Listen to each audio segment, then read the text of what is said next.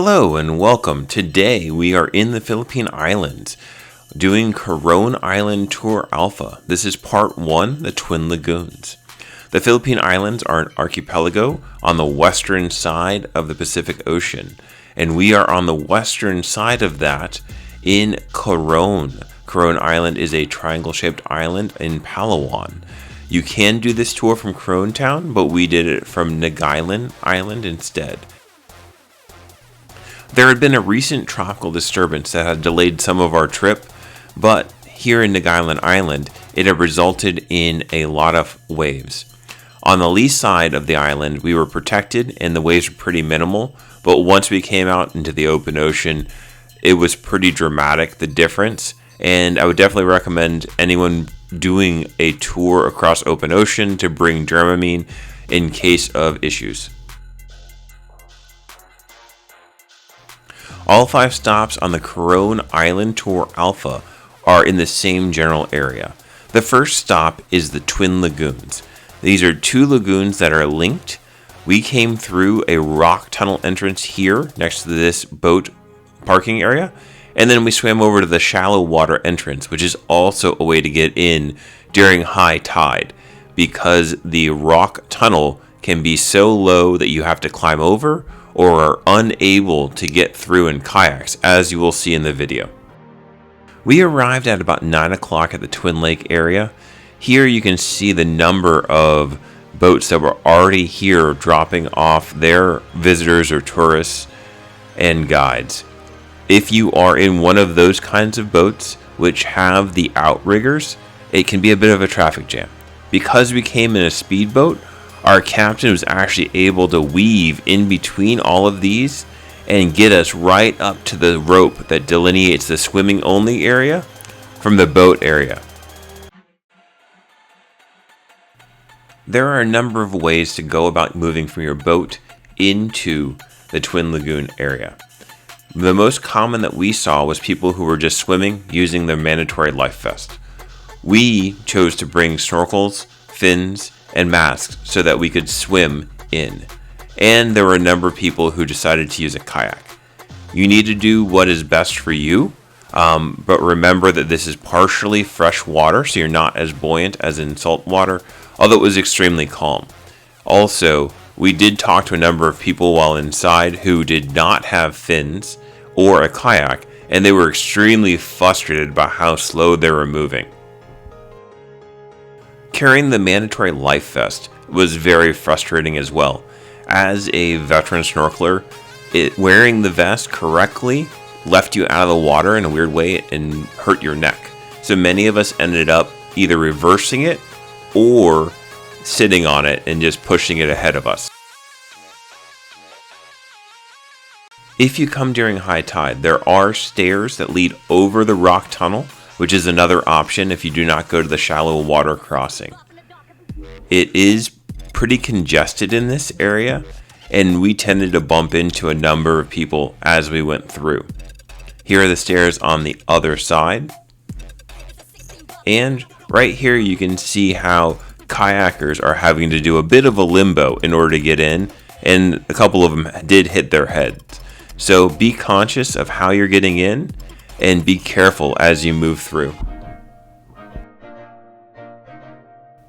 Coming in through the tunnel entrance makes the entire Twin Lagoon more dramatic because you come through a constricted area where you can't see, and then you enter this glorious open lagoon with cliff walls and greenery and clear water. It is amazing. If you come from the shallow water side, it is obviously still as amazing, but the dramatic difference of going through the tunnel and then the opening at the other end makes it worthwhile, and I would recommend coming from that direction.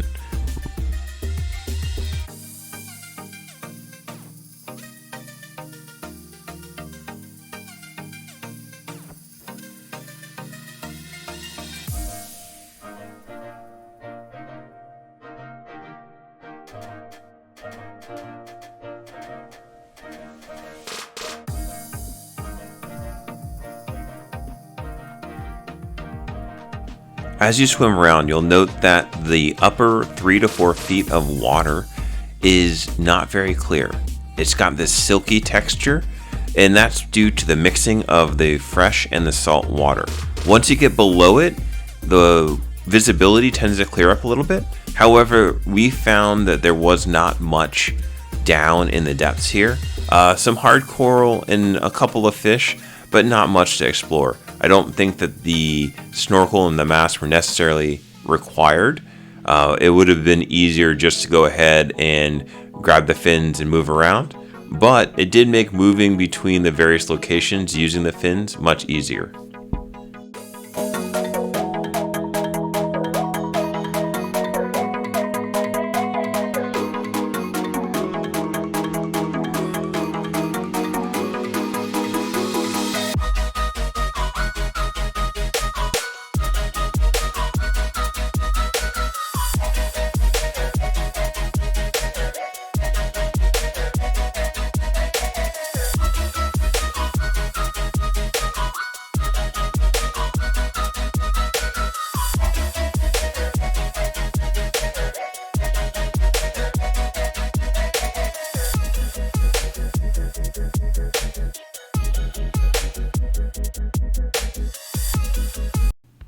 As you explore, and also on your boats, you may have people who are selling trinkets. They have pieces of shell, pieces of pearl, and some old coins that they're all trying to sell. We found them to be aggressive. We had one that would not let us get back under a boat until we looked at their wares, and a couple other issues. So just be aware and make a decision and talk to your guide about not allowing them to bother you, or be firm in saying no. Depending on when you go, you probably will see a lot of other tourists. The Twin Lagoons is a very popular place, and as we were leaving, we noticed that there were a whole bunch of kayaks coming in. But, as you'll note, they were having a lot of problems getting through the tunnel entrance as the tide had risen.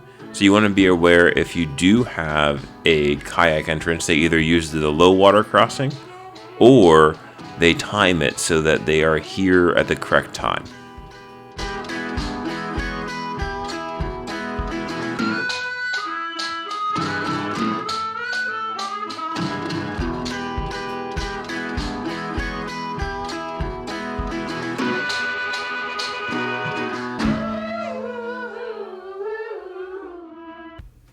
Having completed our time in the Twin Lagoons, we headed back to the boats. You'll note that there is a distance from the tunnel entrance to where all the boats are. There's actually a rope in the water that separates the swimming area. If your boat is past this rope, you'll have to swim through the boat area. Generally, your guide will be watching for the other boats, and they are looking for it. This is part 1 of 5, the 5 stops we had on the Coron Island Tour Alpha. I hope you come and join us on the other videos. We enjoyed the Twin Lagoon. It was absolutely gorgeous. I hope you had a good time watching the video, and we will see you on the next one.